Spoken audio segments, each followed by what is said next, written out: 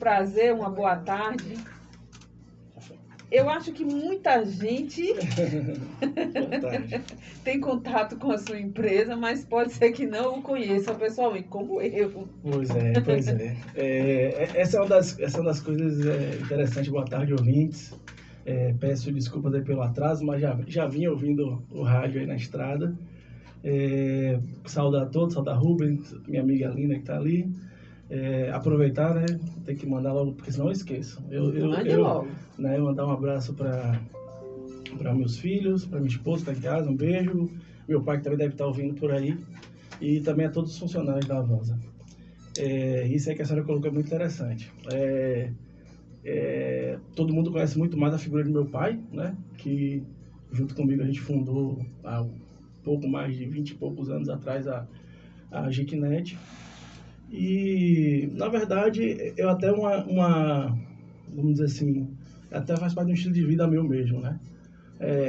Tem muitos empresários que gostam, né, de associar seu nome às empresas. Eu acho que a empresa, na verdade, deve transcender. Eu penso a Avanza, e aí quando criei a Geeknet é algo que transcenda meu nome, né? Ela não é... Não se associa a mim. Então, é basicamente por isso, né?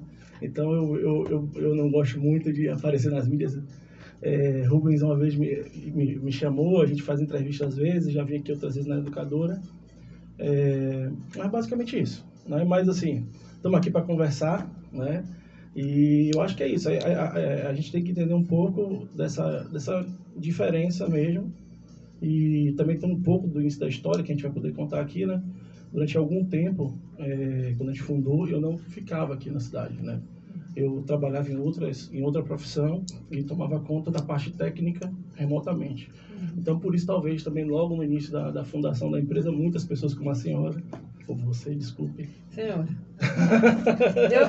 o povo, deixa eu te contar, o povo tem medo de envelhecer.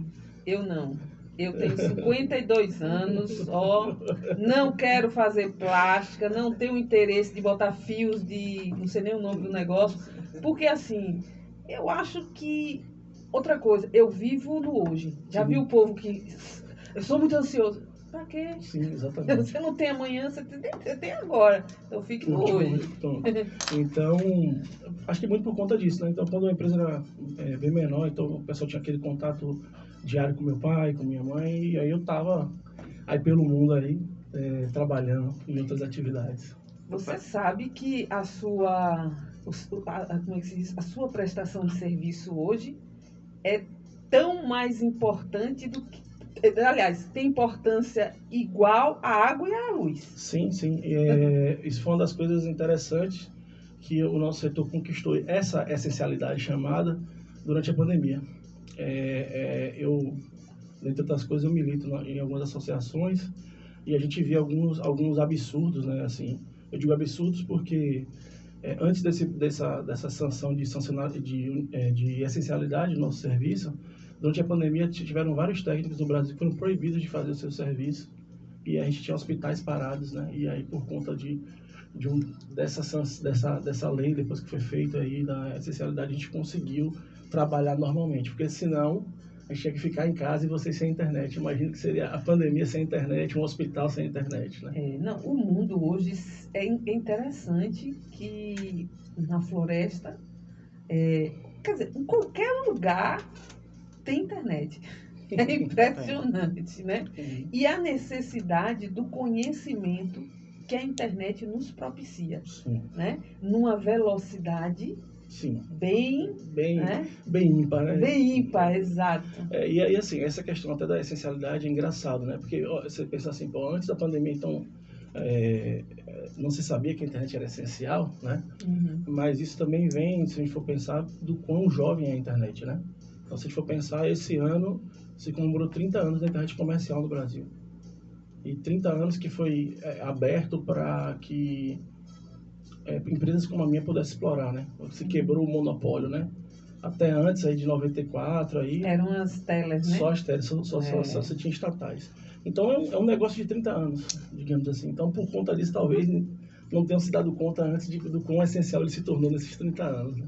Eu vi um cidadão daqui estava falando que quando estava com a internet há uns tempos atrás, né? Sim. Aí dava problema, Sim. acho que era antena e tudo, Sim, né? sim. Aí ligava, ia lá Rolim, aí Rolim chegava, ligava para você, ficava assim, Sim. disse que ficava Conversando. um negócio assim. Isso. Hoje a manutenção é mais fácil, que esses 30 anos.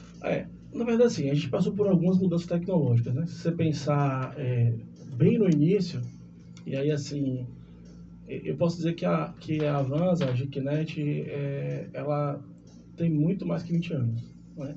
Porque é um sonho meu desde o tempo do discado, né? E só que naquela época eu fazia conta, né? Que era a primeira forma de acesso à internet para quem é jovem era discada. Eu usava assim, uma linha telefônica. E aí, para a gente que morava aqui e era usuário de internet, eu sou usuário de internet desde 97, 98 mais ou menos. A gente tinha que esperar dar de madrugada, porque o interurbano para a feira, que era o provedor mais próximo, era mais barato. E para quem morava nas capitais era um pouco mais barato ainda, que depois da meia-noite era um pulso telefônico, ou seja, era um valor fixo, como vocês pagam hoje, né? E naquela época já eu fazia conta. E aí um dos grandes incentivadores de eu ficar fazendo essas contas e tal era o saudoso Toco Toco, que era contador aqui na cidade, e a gente trocava muita ideia.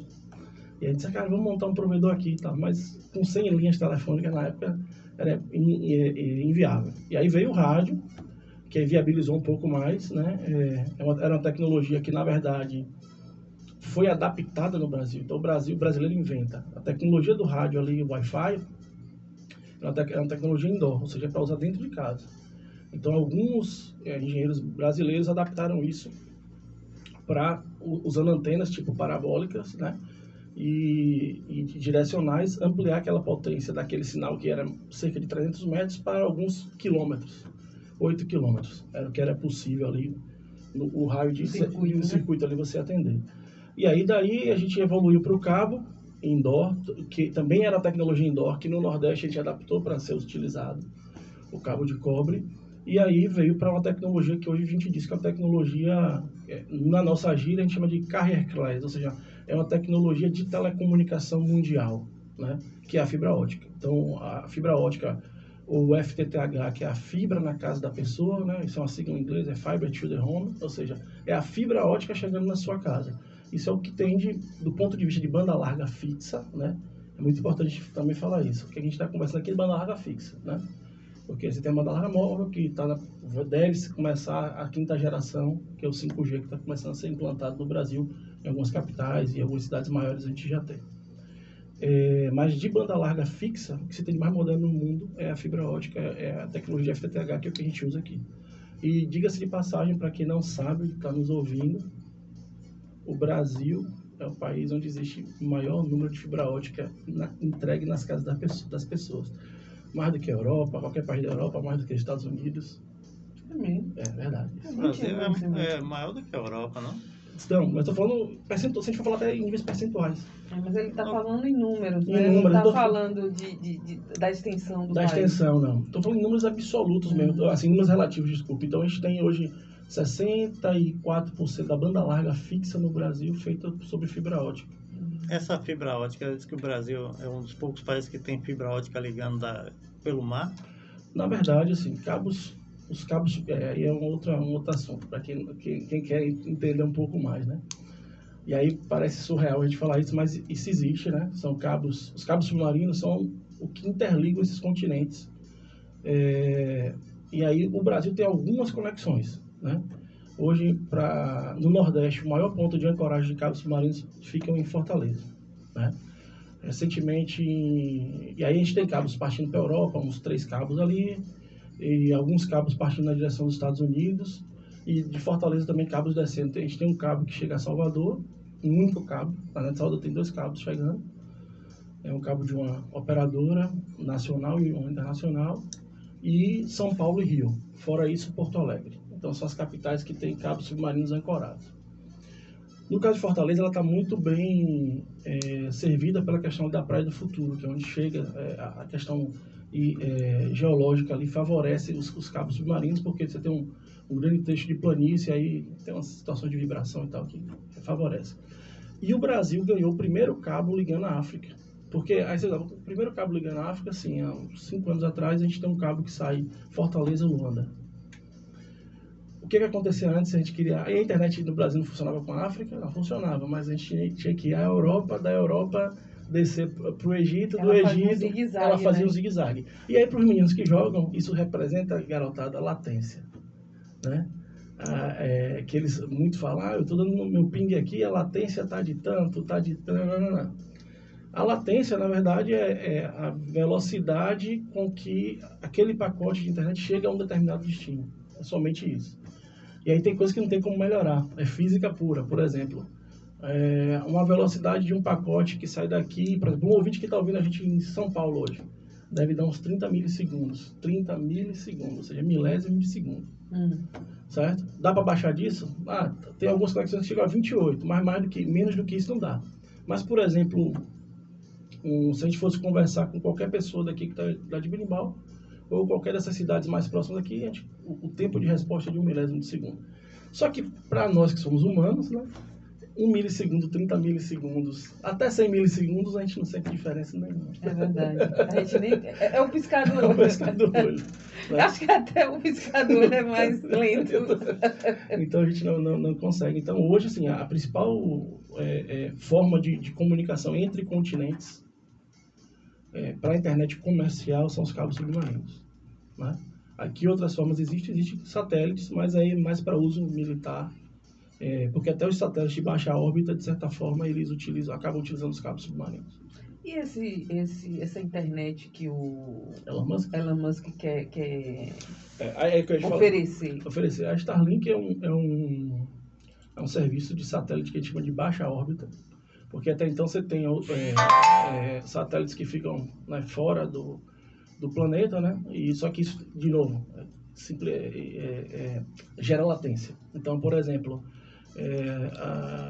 você teria um tempo de resposta muito grande entre a subida e a descida, o que faria, por exemplo, uma comunicação de tempo real que a gente faz hoje, uma videoconferência, que é a coisa normal que a gente faz, você sentir atraso, aquele delay, né? E, computacionalmente falando, é bem interessante essa questão.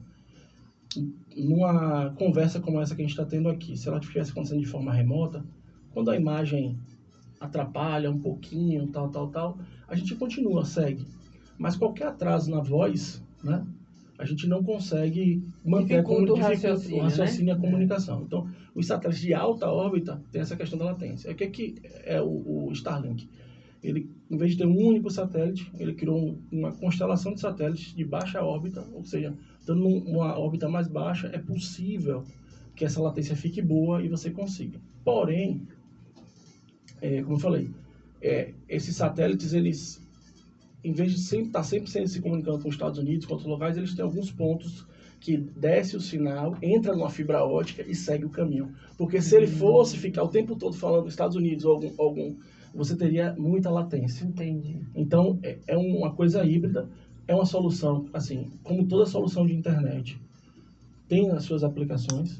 E, por exemplo, no Brasil... lugares remotos, né? Exatamente. Lugares com dificuldade realmente de chegar, eu acho que talvez seja eu tenho um relato de um provedor no Amazonas, que ele utiliza lá na comunidade alguns Starlinks para compartilhar numa rede comunitária lá, por exemplo. Mas ele desce Starlink e entrega as pessoas para fibra ótica já. Então, assim, para lugares remotos, para aplicações como, por exemplo, no agro, para você colocar em cima de uma máquina que você vai estar ali controlando. Então, tem muitas aplicações que sim, é muito bem-vindo tecnologias como essa. Agora, para o uso residencial, você também pode fazer uso? Pode. Mas como toda tecnologia Wi-Fi, está sujeita a intempéries, por exemplo. Então, você pode ter queda de performance quando uma nuvenzinha passa, alguma coisa nesse sentido, você pode ter. E o tempo chuvoso, não é uma coisa que eu acho que todo mundo tem... quando está esse tempo com chuva, com raios, há uma queda realmente ou há uma melhor? Essa é uma pergunta, vamos dizer, tecnologicamente com a fibra falando, não. Não deveria, não deve. A não ser que você tenha... Porque o que acontece com a fibra ótica? É uma tecnologia fim a fim. Você depende da energia no provedor e na sua casa. No meio do caminho, ali no poste, ali onde você vê, a tecnologia a gente chama de passiva, ou seja, não tem nenhum elemento elétrico que tem que fazer. Antigamente existia. Então, você poderia ter essa questão de intempéries, porque tem eletricidade, essa eletricidade poderia variar. Ou ter um problema de curto-circuito. Então, do ponto de vista da fibra, não pode ter curto-circuito com água, né? Muito antigamente, que não são esses modelos de fibra, existiam algumas fibras que eram sensíveis a pingo de chuva, mas não é o caso que a gente está falando. Você está falando que a fibra ótica não é nada novo, tá? Você está falando da década de 90. Sim. Então, essas fibras óticas não modernas não tem problema com interferência com chuva. O que acontece às vezes a gente tem muita variação de energia sim na casa da gente. E aí o equipamento eletrônico que está na ponta, ele pode sofrer algum tipo de travamento por um pico elétrico, por uma coisa assim. São essas coisas que é bom esclarecer, Sim. Porque os consumidores às Sim. vezes associam que é a sua empresa, o Sim. fornecimento da internet que está Sim. tendo variações, Sim. mas na realidade é a parte elétrica, Sim. né, fornecida pela Coelba. Isso, então assim, isso é uma coisa até interessante. Um tempo atrás eu encontrei uma pessoa aqui, e aí brinquei com ela, e assim, é uma esclarecimento para todo mundo, né? Eu falei assim, hoje é possível, aqui em Poção de Jacuípe, em todas as cidades que a Havana atende, por exemplo, se faltar energia e você tiver um no-break, naquele no-break tiver ligado o seu roteador e o equipamento da fibra, você vai continuar com a internet. Você vai continuar com a internet. Por quê? Na nossa sede a gente tem geradores, bancos de bateria, o que vai garantir a continuidade do serviço das nossas centrais. Se na sua casa tiver um no-break ali de uns que normalmente é um no-break pequeno, que no computador dura 15 minutos, ele pode durar até 1 hora e meia, 2 horas, você liga com a internet ali utilizando normalmente. E você com o celular, óbvio, né? Porque a televisão e as outras coisas que não tem bateria vão morrer, mas o seu celular ali você vai estar usando tranquilamente. Entendeu? Deixa eu te perguntar uma coisa que eu sei que você deve compreender. Eu não sei se você se lembra, mas acho que tem uns 12 anos mais ou menos que teve um apagão aqui na cidade. Lembra que passou uns 2 dias, não foi 3 dias sem energia elétrica? Sim. Teve um problema aqui Em Catu, foi, eu recordo. né? Acho que roubaram Uma não linha foi? de alta transmissão em Eu Catu. disse que eu tenho uma memória boa. Sim. E aí nós ficamos 2 ou foi 3 dias sem energia. Sim. E nem funcionava nada. Nem o celular. Você não conseguia nem carregar o móvel. o celular? Não, o móvel. O móvel não funcionava. Você não tinha nem sequer, como é que se diz? Acesso Aí eu vou te contar na pele. É o que isso aí? Na pele que aconteceu com a gente. Por exemplo, a gente tem gerador e estava funcionando. Eu tive problema para encontrar diesel para abastecer. Foi mesmo? Porque. Porque também. Então a gente foi buscar diesel bem longe. A gente ficou todo esse tempo, foram 36 horas. A energia elétrica. Eu lembro que eu fiquei economizando o carro, porque a gente não sabia quando ia. Sim. E eu não estava com o carro abastecido, entendeu? Na época. Porque assim. Recentemente teve um bem menor. Para mim, esse foi o maior. Recentemente teve um bem menor. Aí teve uma pessoa, um conhecido, me conhecer e falou assim: eu fui lá na frente lá para pegar o Wi-Fi, para mandar um recado lá para a pessoa nem vir, que ele tinha um compromisso. A pessoa nem vir porque. Tá vendo? Então, mas é possível, né, assim, essas questões ou seja, a grande evolução da fibra é essa, ou seja, é ponto a ponto. Então, você tem energia em casa, você tem energia em outro ponto. Entendi. A não ser que seja uma situação onde o cabo de fibra foi rompido, né, que acontece. Aí é a interrupção. E hoje